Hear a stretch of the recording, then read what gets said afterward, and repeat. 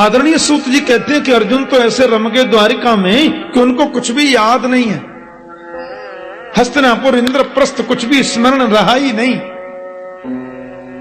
और यहां द्वारिका में परिस्थिति ऐसी बन गई महाराज कि धीरे धीरे धीरे धीरे कई समय निकल गए और स्थिति ऐसी बनी कि यदुवंशियों ने संतों का अपराध कर दिया।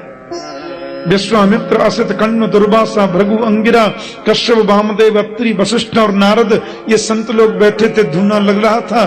बच्चों ने वो पोटला बांध करके पेट पर साम के उनकी मजाक उड़ा दी। संतों ने यदुवंश के विनाश होने का शाप दे दिया। जीवन में प्रयास ये करो कि दुआएं सबकी ली जाए, बद्दुआ किसी की नहीं। इसलिए महापुरुषों के सन्मुख जब भी आओ उनको नमन करो, उनके सामने झुको।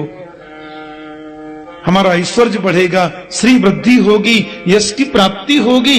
संतों को नमन करना चाहिए। बच्चों से गलती हो गई, यदुवंशी राजकुमारों से अपराध हो गया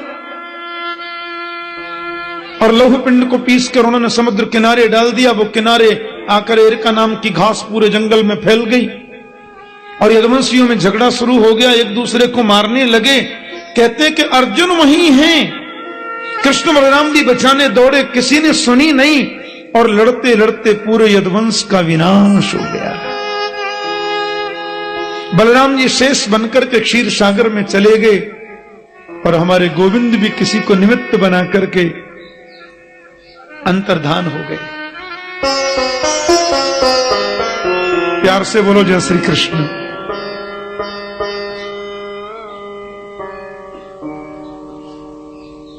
अर्जुन तो गोविंद की भारजाओं को लेके आ रहे थे वृंदावन। कन्हैया ने कहा था कि तुम हमारी पत्नियों को वृंदावन ले जाना, किशोरी राधा रानी की सन्निधि इनको प्राप्त होगी तो कल्याण होगा।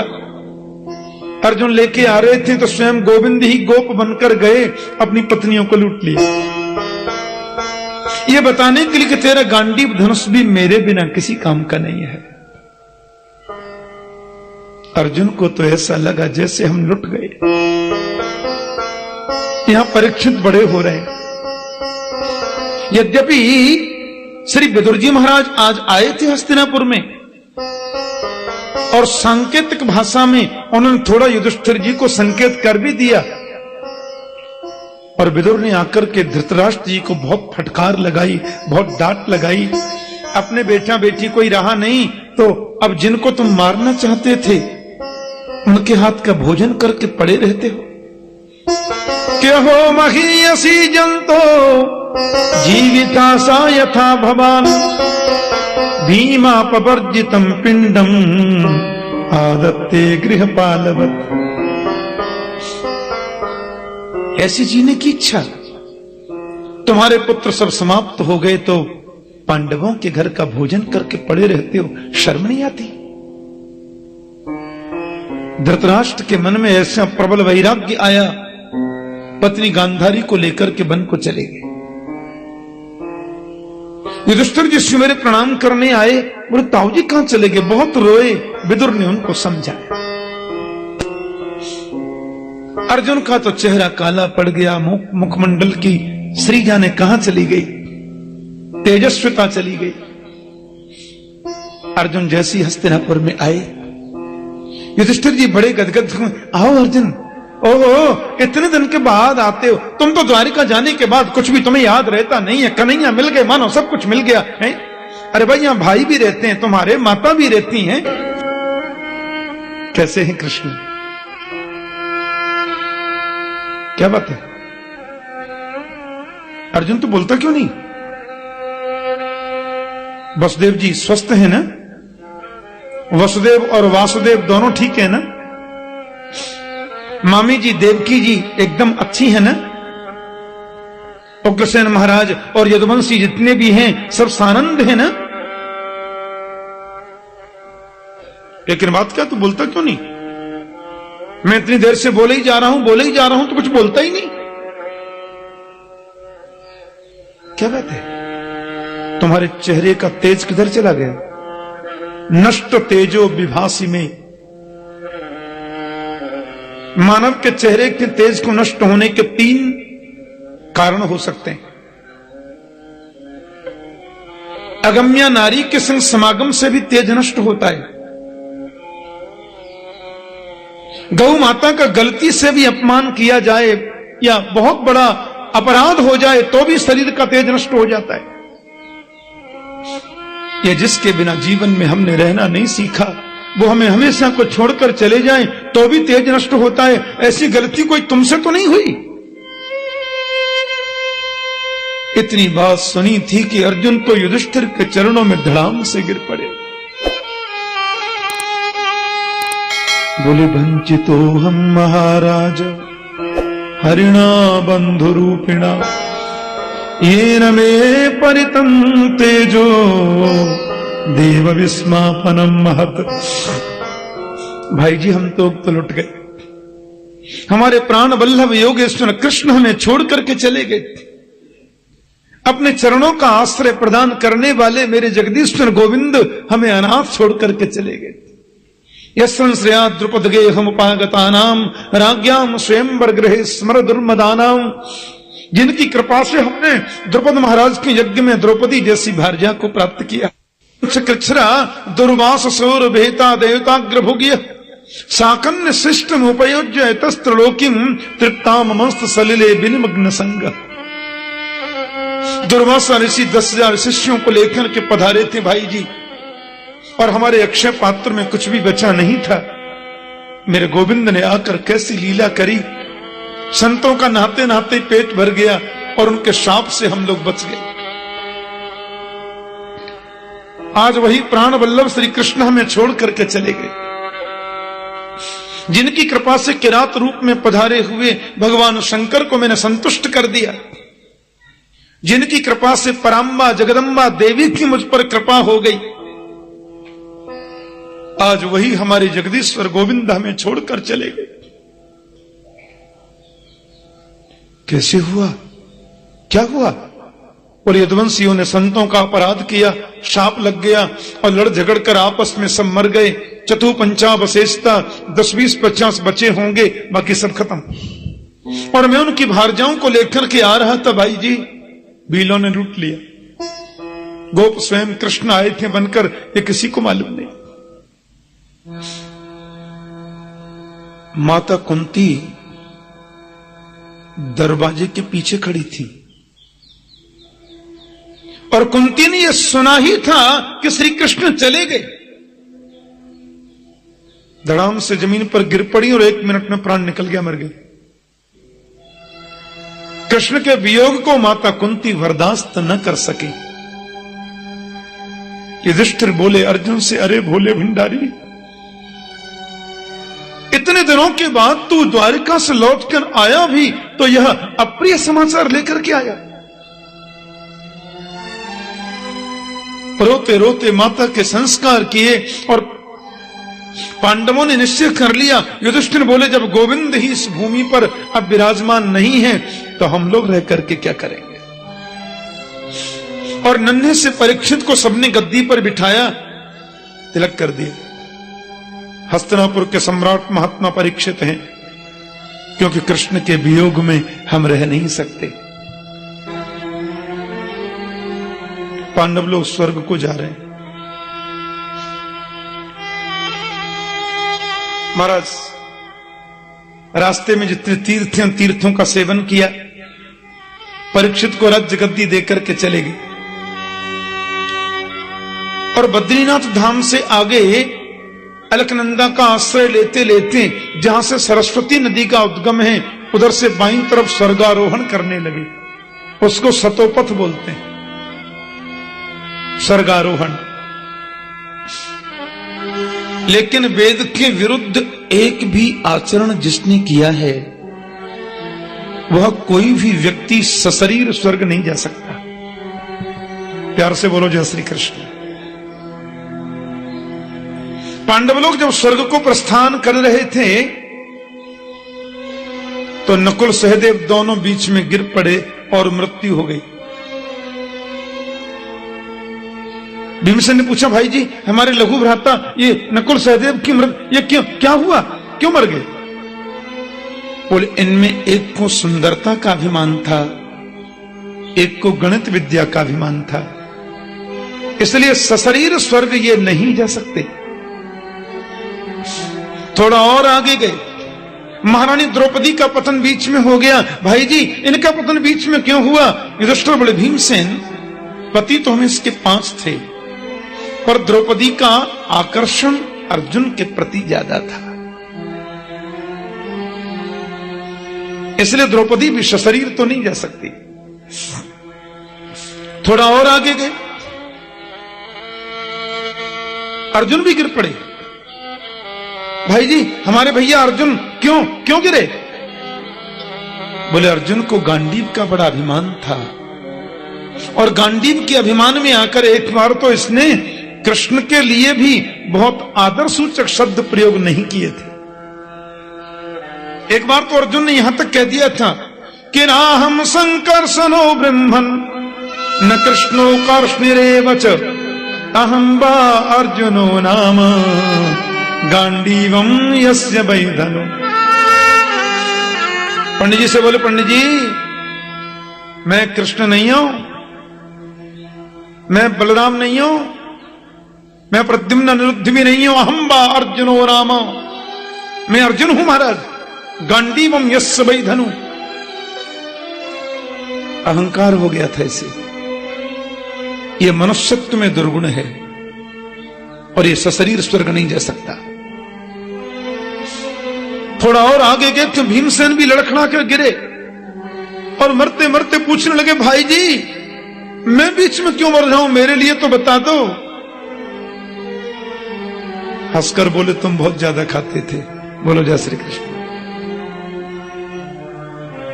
यावत भ्रियेत जठरम तावत सत्वम ही देहि नाम, भागवत में लिखा है। भागवत में यह मंत्र है, यावत भ्रियेत जठरम तावत सत्वम ही देहि नाम अधिकम योभिमन्येत सस्तेनो दंडमर्हति।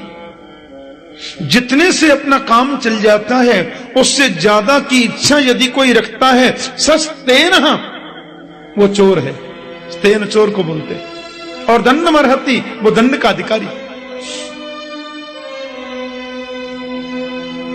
भीमसेन चले गए।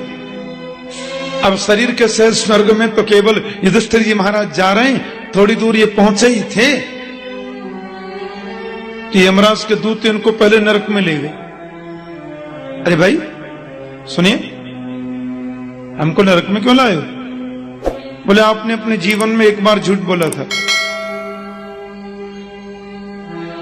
नहीं, मैंने तो कभी नहीं बोला, एक बार बोला था आपने, याद करो। अश्वत्थामा हतः नरोबा कुंजरोबा। द्रोणाचार्य तो पांडवों की सेना को बिछाते जा रहे थे। पांडव लोग बड़े चिंतित हो गए, गोविंद से बोले, अब नहीं छोड़ेगा गुरुजी किसी को।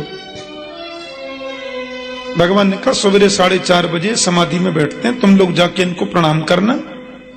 वो आंखें खोलते नहीं है, आंख बंद करते करते पूछ लेंगे क्या बात है, क्योंकि वो समझेंगे कौरव मुझे रोज प्रणाम करने आ रहे हैं। आते हैं, आज 15 मिनट पहले आ गए, जबकि आते सब टाइम से ही थे।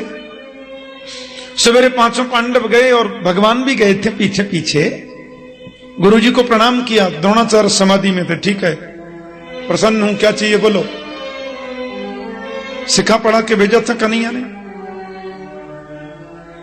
पांडव बोले, गुरुजी हम जो मांगेंगे। हाँ मांगो मांगो, क्या चाहिए बोलो। बोलो, गुरुजी ये बताओ तुम मरोगे कैसे। बोलो जय श्री कृष्ण। गुरुजी से पूछ रहे हैं आप मरोगे कैसे। द्रोणाचार्य आंख खोल के देखिए, अरे तो पांडव है, आज जल्दी आ गए। कौरव रोज जाते थे ना प्रणाम करने, पांडवों को आज पहले भेज दिया प्रभु जी ने। अब हां कर चुके हैं, नहीं कैसे करें। द्रोणाचार्य जी ने कहा, पहले तो मैं ये पूछना चाहता हूं कि तुमको यहां भेजा किसने। देखा दरवाजे के पीछे की ओर श्रीमान जी खड़े थे, हवा से पीतांबरी दिख रही थी थोड़ी थोड़ी। द्रोणाचार्य समझ गए। बोले, जिसका वो रक्षक है पीतांबरधारी, उसको भय नहीं करना चाहिए। और मेरे मरने का जहां तक प्रश्न है बेटा, द्रोणाचार्य के हाथ में धनुष बाण तब तक है, देवराज इंद्र भी उसको परास्त नहीं कर सकता, ये पक्की बात है। और मैं धनुष बाण फेंक दूं, मुझे निहत्थे को कोई भी मार सकता है। और जब तक मैं अप्रिय समाचार नहीं सुनूंगा तब तक मैं धनुष बाण फेंक नहीं सकता। और तुम जानते हो प्रिय कौन हो सकता है मेरे जीवन में? एक ही तो बेटा है मेरा, अश्वत्थामा। उसका अप्रिय मैं बर्दाश्त नहीं कर सकता, यही मेरी मौत का कारण हो सकता है।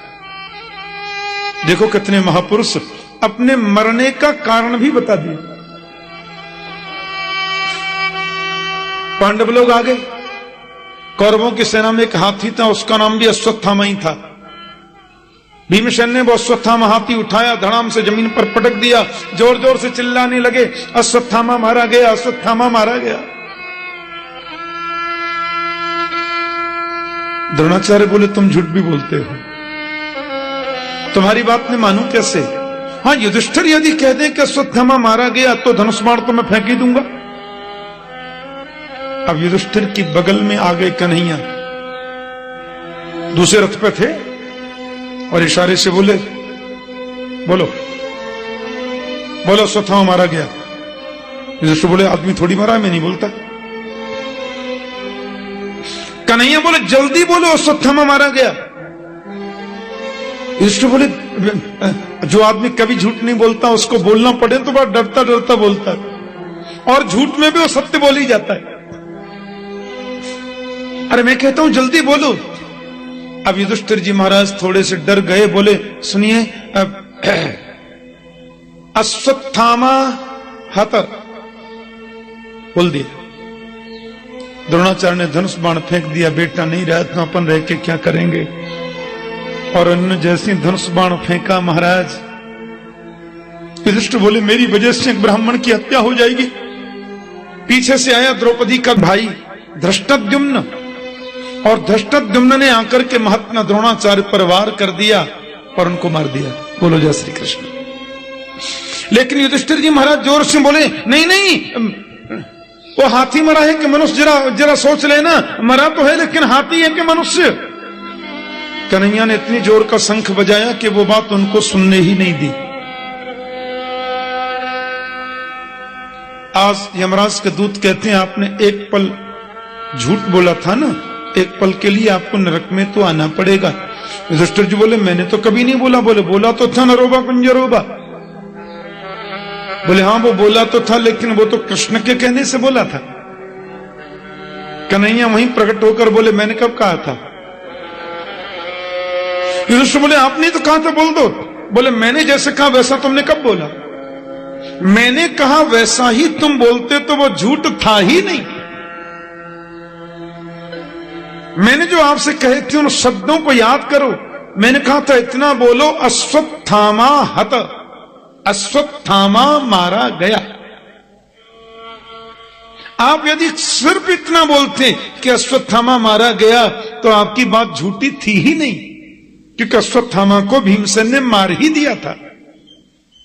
अब यह तो आपसे कोई पूछ नहीं रहा था कि मरने वाला हाथी है कि मनुष्य। ये अपनी तरफ से ननू नचा क्यों लगाया तुमने? भीमसेन ने अश्वत्थामा हाथी मार दिया, बात खत्म। आप बोलते थे अश्वत्थामा मारा गया, आपकी बात झूठी थी ही नहीं। पर अपनी तरफ से जो आपने पीछे वाली लाइन जोड़ दी, जितना मैंने कहा उतना ही बोलना था। युधिष्ठिर बोलो दंडोत करता हूं तुम्हारी, कौन जीता तुमसे? एक क्षण नरक दर्शन करके युधिष्ठिर जी सीधे स्वर्ग को पधार। वो तो धर्मराज है, धर्म की गद्दी पर प्रतिष्ठित हुए। अब प्रश्न ये उठता है, एक बार झूठ का ये परिणाम है, और वो भी किसी के कहने से, अपनी तरफ से नहीं, तो भी उनको 1 मिनट नरक दर्शन करना पड़ा। तो कभी हम अपने को खोजें। बोलो जय श्री कृष्ण। हमारी हालत क्या है?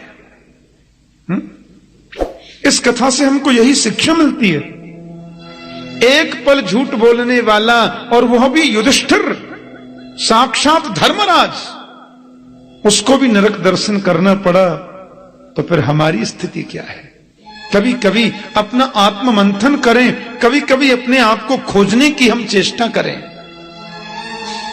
राजर्षि परीक्षित तो बड़ी श्रद्धा से रहते हैं और शादी भी हो गई।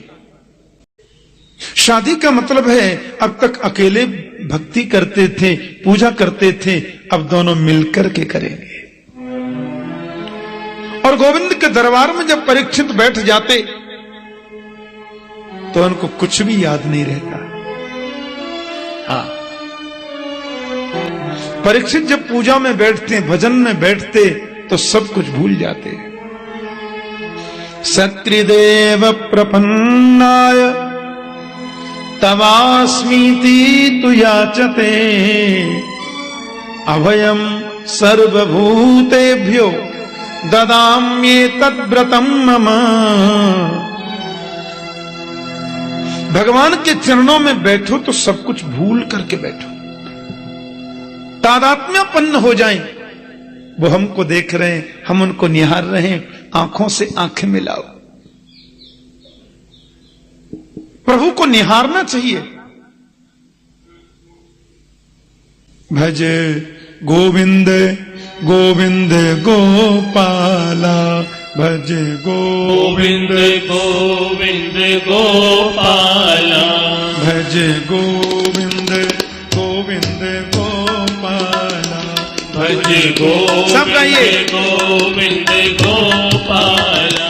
मेरा मुरली मनोहर नंद लाला, मेरा मुरली मनोहर नंद लाला, मेरा मुरली मनोहर नंद लाला, मेरा मुरली मनोहर नंद लाला। भज गोविंद गोविंद गोपाला, भज गोविंद जरा भाव से ताली बजा के गाइए। गोपाला, भज गोविंद गोविंद गोपाला, भज गोविंद गोविंद गोपाला। प्रभु मुरली मनोहर नंद लाला, प्रभु मुरली मनोहर नंद लाला, मेरा मुरली मनोहर नंद लाला, मेरा मुरली मनोहर नंद लाला।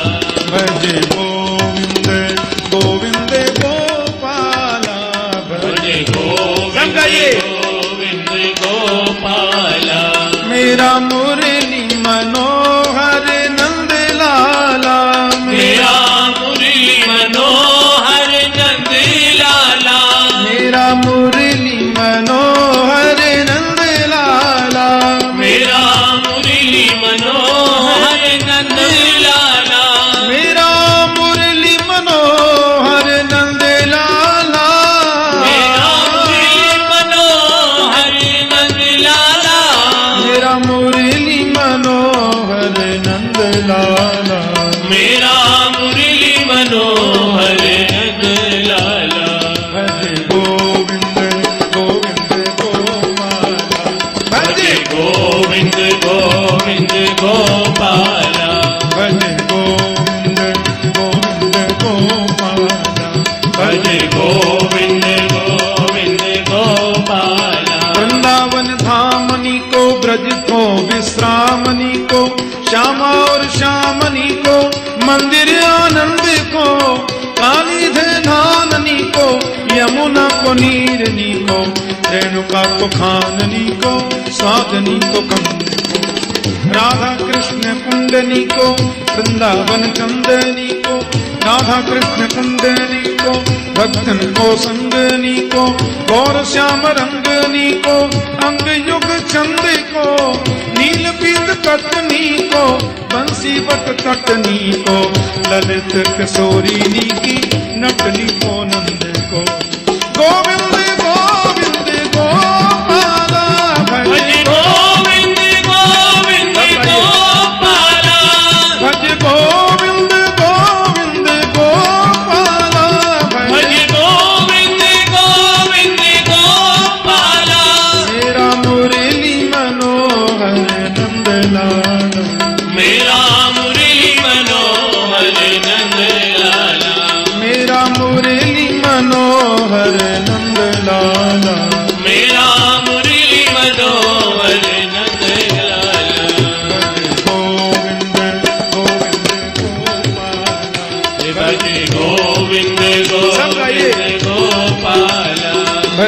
गोविंद गोविंद गोपाल भजे गोविंद गोविंद गोपाल भजे गोविंद गोविंद गोपाल भजे गोविंद गोविंद गोपाल वृंदा विपिन बिहारी नंद लाला वृंदावन बिहारी नंद लाला वृंदा विपिन बिहारी नंद लाला वृंदावन बिहारी नंद लाला सेवा कुंज बिहारी नंद लाला सेवा कुंज बिहारी नंद लाला यमुना पुलिन बिहारी नंद लाला यमुना पुलिन बिहारी नंद लाला मेरा मदन बिहारी नंद लाला मेरा मदन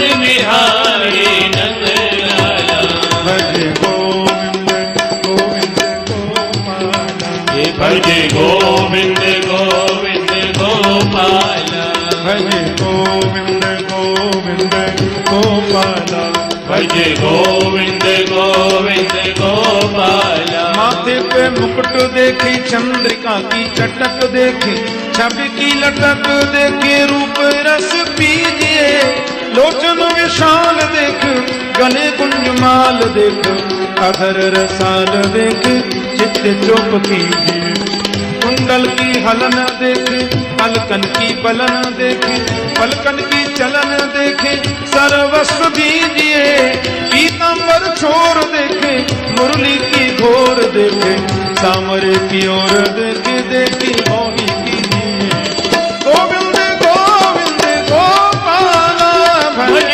गोविंद गोविंद गोपाल भज गोविंद गोविंद गोपाल भज गोविंद गोविंद गोपाल मेरा मुरली मनोहर नंद लाला मेरा मुरली मनोहर नंद लाला मेरा मुरली मनोहर नंद लाला मेरा मुरली मनोहर नंद लाला मेरा मुरली मनोहर नंद लाला मेरा मुरली मनोहर नंद लाला मेरा मुरली मनोहर नंद लाला मेरा मुरली मनोहर नंद लाला भज गोविंद गोविंद गोपाल भज गोविंद हरि गोविंद बोल। गोपाल भज गोविंद गोविंद गोपाल भज गोविंद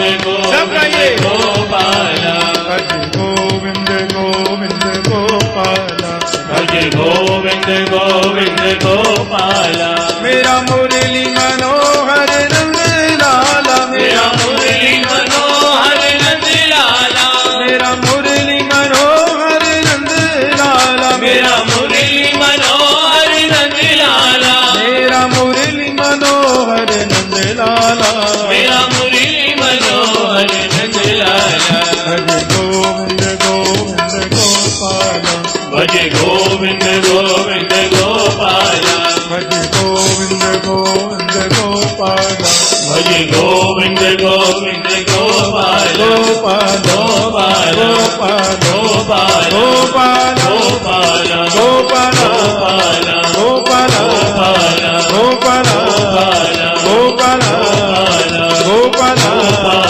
गोपाल गोपाल गोपाल